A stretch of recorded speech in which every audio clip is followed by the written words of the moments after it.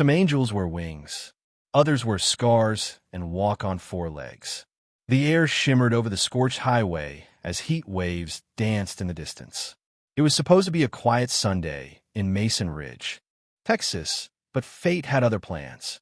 Officer Nathan Cole, a 52-year-old deputy known more for his stubborn silence than his sentimentality, tapped the brakes of his patrol SUV. There, in the middle of the empty road, stood a German shepherd, filthy, trembling, and with a look in her eyes that would unnerve even the toughest of men. Her fur was scorched in patches, likely burned. Her paw pads were worn to the bone. And her gaze, oh, that gaze, it didn't plead. It commanded. The dog stepped forward, limping. Then she stopped, turned her head back, waited. Nathan lowered his sunglasses. "You seeing this, Jessie?" His partner, Officer Jessie Moore, a younger, sharp-eyed patrolwoman, squinted through the windshield. "She's not running, and she's hurt." The dog took 3 more steps, then looked back again. Not to beg, but to beckon. Nathan opened his door and stood into the humid heat. "She's trying to lead us somewhere." Jessie's fingers hovered near her holster, a habit she developed after 9 years on the force. "You think it's a trap?" Nathan shook his head slowly, eyes narrowing. "No, it's a call." They followed her, and in doing so, they stepped into a nightmare buried beneath their town. A horror no one could have guessed hid behind white fences and golden retrievers, under gala gowns and county fair ribbon-cutting photos. Welcome to the HeartForce channel, where you and I find more meaning in life through dog stories. Before we continue, please comment below and let us know where you're listening to this video. And if you have any dog stories of your own, feel free to share them with everyone. The shepherd led them off the asphalt, down a gravel road behind a shuttered feed store. Her pace was methodical, determined. Her ribs showed through her fur. Her gait screamed pain, but she didn't stop. Then they saw it, a rusting trailer at the edge of the woods. No tire tracks, no sign of life, but the dog picked up speed. Jessie's breath caught. She's trying to get inside. Nathan drew his flashlight and flicked it on, though sunlight still blazed. The air around the trailer reeked of chemicals and decay. The shepherd barked, a sharp, controlled bark, and then whined, scratching at the door. Nathan turned the handle. Unlocked. The smell inside made Jessie gag. Crates, steel cages, wires, for bags, animal hair caked to the grates. And in the far corner, 3 small German shepherd puppies, sedated, breathing shallow. "Oh my God," Jessie whispered, kneeling beside the nearest crate. "They're drugged." Who would do this? The mother, because that's who the shepherd was, rushed to the cage and nosed it with frantic urgency. Nathan checked for signs of human presence. No one. Fresh food bowls, still half full. Whoever ran this place had left in a hurry. "What is this place?" Jessie asked, her voice shaking. "Some kind of experiment site?" Nathan knelt beside the shepherd and placed a hand on her back. She flinched but didn't bite. Her eyes were locked on her pups. Then he saw it, a number burned in her left ear. A0821. "She's been tagged," he muttered. "This ain't just cruelty. This is organized." They called in animal control and the department vet. The puppies were sedated with a drug cocktail used only in research labs. The crates were custom, the air vents rigged for silent airflow. Surveillance footage from a hidden cam revealed a man in uniform. One Jessie recognized. "That's Officer Travis Landry, works night shift dispatch," she said, stunned. "He's never on patrol." Back at the station, things spiraled fast. Landry had gone missing. His apartment cleared out. But then something else happened. The shepherd, who the officers now called Shadow, refused to be taken in by animal control. She lunged at the van, then retreated, then sat by the door of Nathan's cruiser, staring at him. "She doesn't trust them," Jessie said. "She trusts us," Nathan corrected, opening the door. That night, Shadow stayed at Nathan's home. She refused to eat until she'd seen photos of her puppies safe at the vet clinic. When Nathan held the phone up to her, she licked the screen. And then, for the first time, she slept. But only for 3 hours.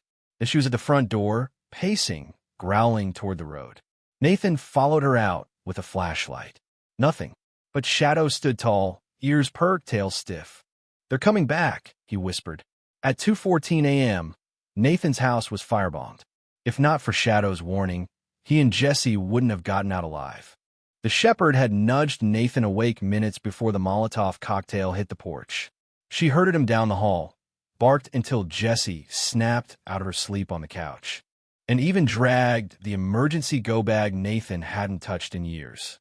They watched from across the street as flames tore through the windows. "Someone doesn't want this story getting out," Jessie said grimly. Shadow didn't bark again. She just stood between them and the fire, watching, waiting. As dawn rose over Mason Ridge, Shadow began to pace again. Nathan grabbed his badge. "She's not done. She's got more to show us." Jessie looked toward the horizon. "God help whoever's behind this." Mason Ridge looked no different the next morning. Same fluttering American flags on front porches. Same smell of biscuits and burnt coffee wafting from Cindy's diner.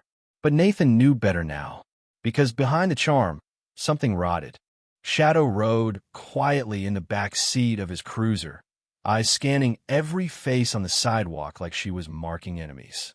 Jessie drove, her hands steady on the wheel, but her jaw set like steel. They were heading to Hickory Ridge Veterinary Hospital. Shadow hadn't taken her eyes off the road since they left the smoking remains of Nathan's house. And when they turned onto Oakdale Road, her ears pricked, her nose twitched, and then she growled. Jessie slowed. "Something wrong." "Look," Nathan said, pointing. A white van, parked outside a vacant property across from the vet clinic. "No plates." "Keep driving," he said. They circled the block twice before parking behind the clinic. Inside, Dr. Lena Porter was already waiting, her expression tight. "Shadow's puppies are stable, but you need to see something." She led them to the back room. The pups were nestled in heated beds, lines carefully taped to their tiny legs. "We ran DNA on them," Lena said. "And on Shadow. She's not just some stray. She's from a very rare line of working dogs." "What do you mean?" Jessie asked. "Military contract dogs. German shepherds bred for tactical operations. Shadow's bloodline traces back to Project Orion, an old, now-defunded government breeding program. Selective training for intelligence, memory retention, threat recognition. But there's more." She handed Nathan a file. Medical records, stamped with the logo of a dissolved research institute based out of Nevada. These puppies weren't born by accident. They were bred carefully, selectively. Someone's restarting that program, but this time, off the books. Nathan's throat tightened. And Shadow. She was the dam, the foundation. "And she escaped," Jessie whispered. "That's why they want her back." "Or silenced," Nathan added. Lena opened another folder, flipping to a photo. It showed a German shepherd, same fur pattern as Shadow, but younger, healthier, no scars. "This is her intake photo from a shelter in Amarillo 2 years ago. She was called Lexi then, surrendered by a private family who refused to answer follow-up questions." Nathan looked closer. "Who surrendered her?" Lena's expression turned cold. "A man named Donovan Parks. He owns a construction firm that helped build the new wing of the Mason Ridge County Jail. He's also a donor to the mayor's re-election campaign." They were interrupted by a sharp bark. Shadow stood in the hallway, tail stiff, ears forward. She turned and bolted out the back door. Jessie ran after her. "Shadow, wait." Nathan followed, heart pounding. They found her behind the clinic, nose to the ground, tracking. She darted across the alleyway and into a narrow side street. And there, on the sidewalk, was a young man, bleeding from a gash on his forehead. Next to him, a tan shepherd mix trembled, chained to a fence. A fresh branding mark scorched its flank. Shadow walked up slowly, not growling, not barking, just observing. Nathan knelt beside the man. "Hey, son, you all right?" He looked up, scared. "They left me. Said I talked too much." "Who?" "The ones in the van. I didn't know what they were doing. Swear to God, I just handled deliveries. Crates of dogs. Equipment. I thought it was rehab work for PTSD veterans." Jessie checked his ID. Leo Hanks. He's worked for Parks Logistics for over a year. Nathan turned to Shadow. Her eyes never left the injured dog. "This is what she wanted us to find." he muttered. Back at the station, it was chaos. The fire marshal had ruled Nathan's house fire as arson. The chief refused to open an official investigation. Evidence from the trailer was misplaced, and suddenly, Travis Landry's records were gone, like he'd never worked dispatch. Jessie slammed her hands on the evidence board. They're scrubbing all, top to bottom. They underestimated Shadow, Nathan said. And us. Lena called an hour later. You need to come back. Now, when they arrived at the clinic, she led them to the exam room. Shadow had opened a storage cabinet on her own and nosed out a cardboard box sealed with tape. Inside, old files, vet notes, GPS coordinates, all taken from a microchip embedded under Shadow's skin. She wasn't just trying to escape, Lena said softly. She was trying to bring this to someone who could stop it. Jessie flipped through the documents. Each file showed dates, weights, medications, marked with initials. A name stood out. D. Parks. Jessie's hand trembled. He's not just a middleman. He's running this whole thing. Nathan nodded. And now we've got proof. Shadow, sitting nearby, let out a long breath and rested her head on her paws. But her eyes were still open, still watching. That night, Nathan took Shadow to a safe house on the outskirts of town. A cabin owned by his late uncle, quiet, remote, no internet, no electricity, just peace. Jessie brought dinner. Shadow didn't eat. She stared at the fire, ears twitching every time a branch cracked in the woods. She's waiting, Jessie whispered. For them. They'll come, Nathan said. They always come for what they think they own. Shadow looked up. Her eyes met Nathan's, and in them was something ancient. Not fear, not pain, resolve. They tried to breed obedience, but what they created was a survivor. The morning sun filtered weakly through the pine trees surrounding Nathan's family cabin. Shadow had not slept. Instead, she had patrolled the perimeter with military precision, stopping at the same 3 corners of the property every 20 minutes. Every move she made was deliberate, calculated. Inside the cabin, Nathan stirred a pot of coffee over a propane burner while Jessie reviewed the files they'd retrieved from Shadow's microchip. The GPS coordinates formed a perfect circle around Mason Ridge. Each one of these locations lines up with a dog disappearance reported in the last year, Jessie muttered, rubbing her temples. And every last one of them links back to Parks, Landry, or someone tied to the mayor's campaign fund. Shadow paused by the window. Her ears twitched. A low growl rumbled in her throat. Nathan grabbed the shotgun, leaning against the wall. Then they heard it, the crackle of tires on gravel. A single white SUV crept past the cabin's tree line. Too clean to be a hunter, Nathan said. Tags missing. Shadow didn't bark. She simply disappeared out the back door. Jessie grabbed her gear. We're being scouted. Later that afternoon, they met at Bethany Animal Rescue, a no-kill shelter Jessie had worked with on cruelty cases before. Beth, the director, was waiting outside with a grim face. You're not going to like this, she said, leading them through the back to a secluded room. Someone broke in last night. Took 2 of our trained shepherds. Left the others. These dogs weren't random choices. Same breed as Shadow? Nathan asked. Beth nodded. Same temperament. Same markings. She handed them a security still. A man in coveralls, blurry but familiar. Jessie's blood went cold. That's Officer Landry. Beth looked stunned. But he's off the grid, Nathan said, and apparently back in town. Shadow had come with them, and now she began pacing near the kennels, nose pressed against the bars of one cage in particular. Inside, a malnourished shepherd lay curled up, barely breathing. She came last week, Beth said, dumped outside the shelter. We named her Clara. Shadow nosed the bars, then barked, a soft, high-pitched sound Nathan had never heard from her before. Clara stirred. Her eyes opened slowly, and then, with great effort, she sat up.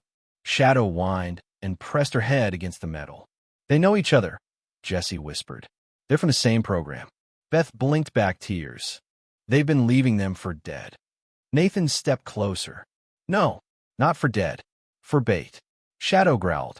Later that night, Jessie brought Nathan a photo she'd found buried in one of the files. taken at a military demonstration in 2019.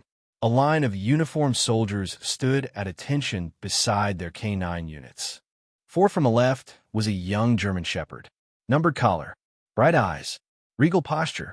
"That's Shadow," Jessie whispered, standing beside her handler, Lieutenant Marcus Callan.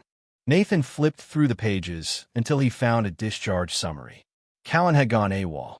6 months later, he was declared dead in a boating accident off the Gulf. Only, there was no record of a body. Jessie looked up. "You thinking what I'm thinking? He didn't die. He disappeared, and Shadow was left behind." That's when Shadow did something extraordinary. She walked to the far end of the cabin, pulled open Nathan's duffel bag with her paw, and dragged out a faded photo tucked into the side pocket, a photo Nathan hadn't seen in years. It was of his daughter, Sophie, taken the summer before she was killed in a hit-and-run. Nathan knelt slowly. "Where did you find this?" Shadow licked the photo and stared into his eyes. Jessie's voice broke the silence. "She's showing you what matters." The next day, they returned to the GPS sites. At the third location, a burned-out barn, they found a hatch beneath the floorboards. Inside, cages, shock collars, medical equipment, files stamped Taction, Tactical Genetics Inc. And one more thing, a mural of dogs on the wall, crudely painted with names beneath them. One name caught Nathan's eye. Sophie, not his daughter, a dog. Shadow walked up to it, touched the name with her nose.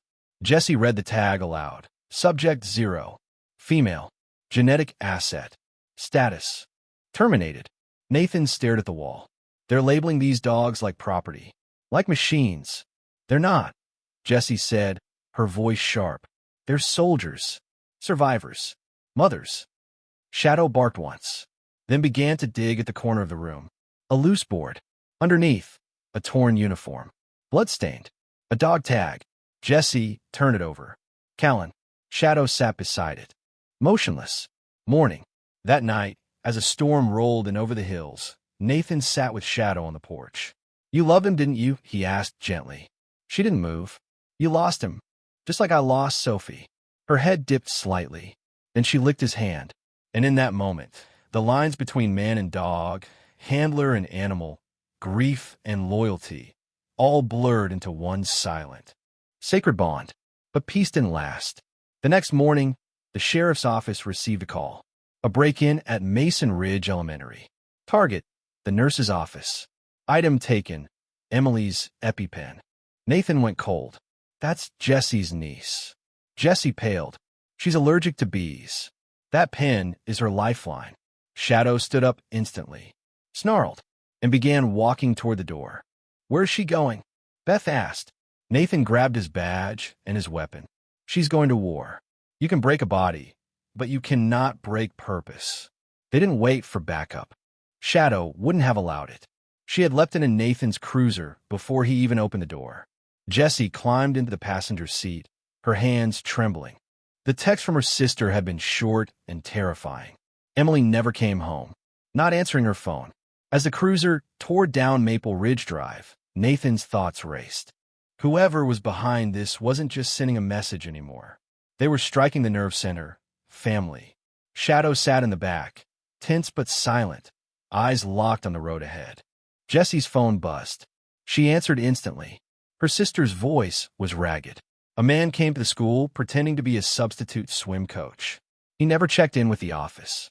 After class, Emily was gone. They think she left with him voluntarily. "No," Jessie said, her voice cracking. "She wouldn't." Nathan's knuckles went white on the wheel. What did he look like? Mid-40s. Buzz cut. Military build. Jessie turned. "You thinking what I'm thinking?" Nathan nodded grimly. "Parks isn't working alone." They tracked Emily's phone to an abandoned textile mill outside of town, the same one Shadow had marked weeks earlier from her embedded GPS files. The second they pulled up, Shadow leapt from the vehicle and sprinted across the overgrown lot, slipping through a break in the fence. "Wait," Jessie called, but it was useless. The dog was already inside. Nathan and Jessie followed, weapons drawn.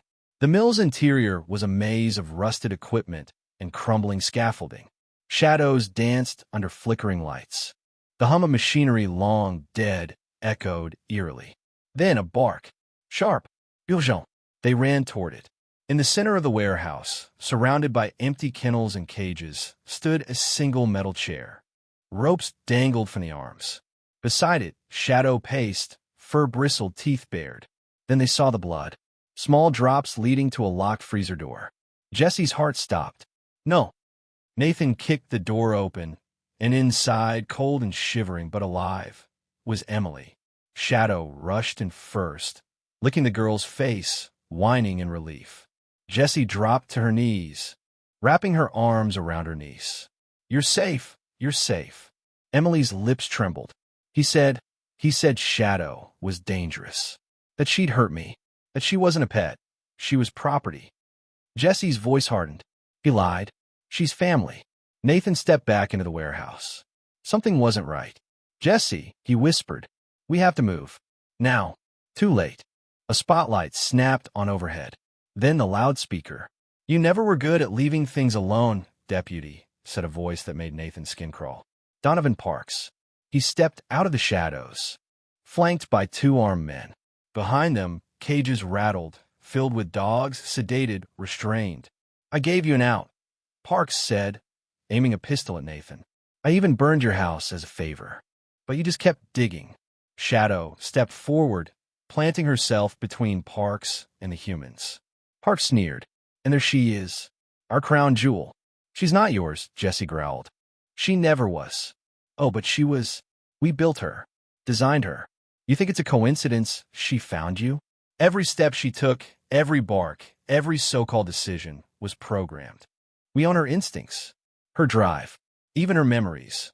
Shadow didn't growl. She stood perfectly still, watching, calculating. Nathan raised his weapon. Let us go. Let the girl go. Or I swear. You're not in control here, Parks snapped.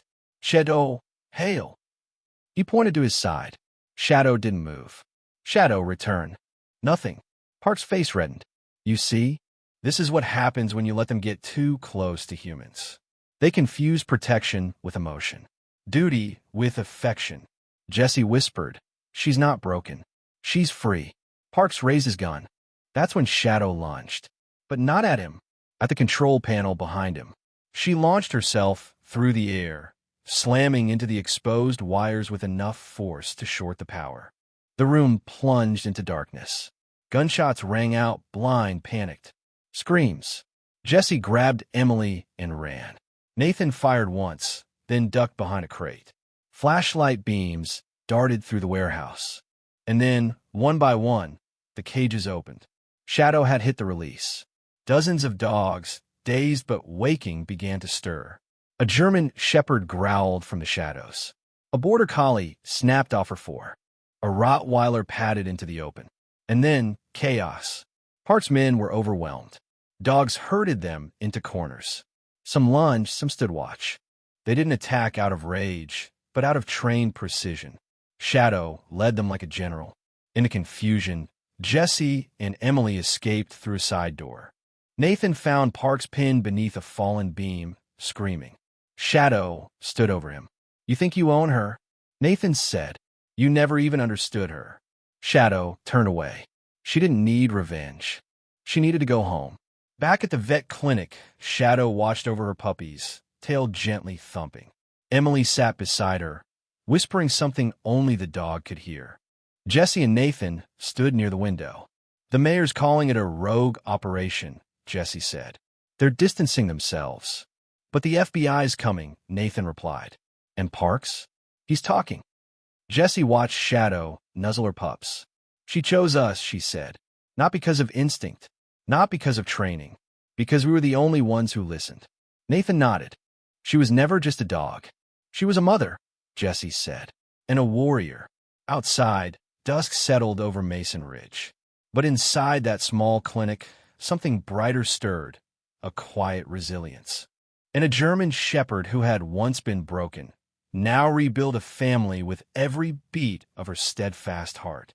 The ones who protect us never ask for praise, only the chance to try again tomorrow. Shadow stood at the center of the Mason Ridge Community Center gymnasium, her fur brushed, her bearing proud, a medal around her neck. The crowd of townspeople applauded, not for a trick or a command, but for survival, for courage. For her. Emily ran up and wrapped her arms around Shadow's neck. The dog lowered her head gently, tail wagging, eyes soft. For the first time in weeks, she looked at peace. The mayor, red-faced and trying to recover from scandal, had declared it Shadow Day. But no one in that gym believed this was about politics anymore. This was about something greater, something sacred. In the weeks following the raid, Mason Ridge had transformed. The once quiet Texas town now thrived with purpose. The Stray Patrol, as neighbors lovingly called it, had grown, trained by Shadow herself, one dog at a time. Families who once feared pit bulls now left water bowls out for patrol dogs. Retirees joined nightly watch groups, paired with shepherd mixes who knew every crack in the pavement. Kids walked to school under the watchful eyes of dogs whose pasts were scarred, but whose futures had been rewritten. Shadow, though, remained the quiet heart of it all. She had returned to live with Nathan and Emily, though no cage or leash had ever been placed on her again. She stays because she chooses to, Emily would explain proudly at school. And she teaches me how to be strong. One rainy Sunday afternoon, Jessie brought over a box of recovered documents from the textile mill. Among them, a weathered manila folder marked as 0. Shadow. Inside were diagrams, vet reports, and a series of disturbing notes. Subject displays abnormal maternal protectiveness. Training compromised by unsolicited attachments. Termination recommended after failed obedience sequence. Jessie's voice trembled. They saw love as a malfunction. Nathan didn't say anything at first. He just walked to the window where Shadow lay beside Emily, watching the rain fall. She stirred slightly, sensing the weight in the air. She wasn't a failed subject, Nathan said softly. She was the antidote. Word of Shadow's story spread far beyond Mason Ridge. Veterans reached out, offering donations for dog rehabilitation centers. Animal abuse hotlines saw spikes in reporting. Other communities began organizing their own canine watch networks. Shadow's image appeared on the cover of American Canine, and a Netflix documentary was already in production. But the dog herself paid no attention to the fuss. She still woke up at 4 a.m. to check the house perimeter. She still inspected Emily's backpack before school.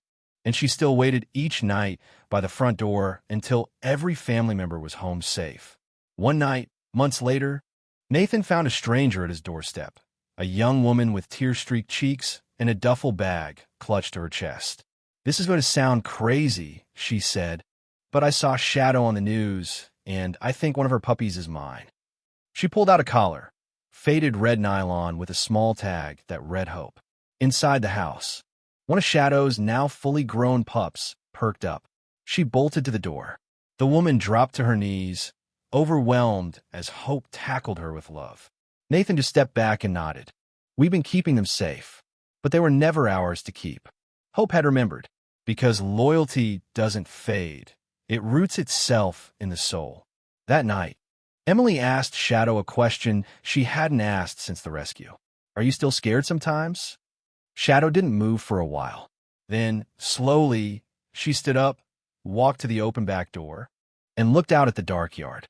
She sat, still, vigilant. Emily crawled over and placed her hand on the dog's paw.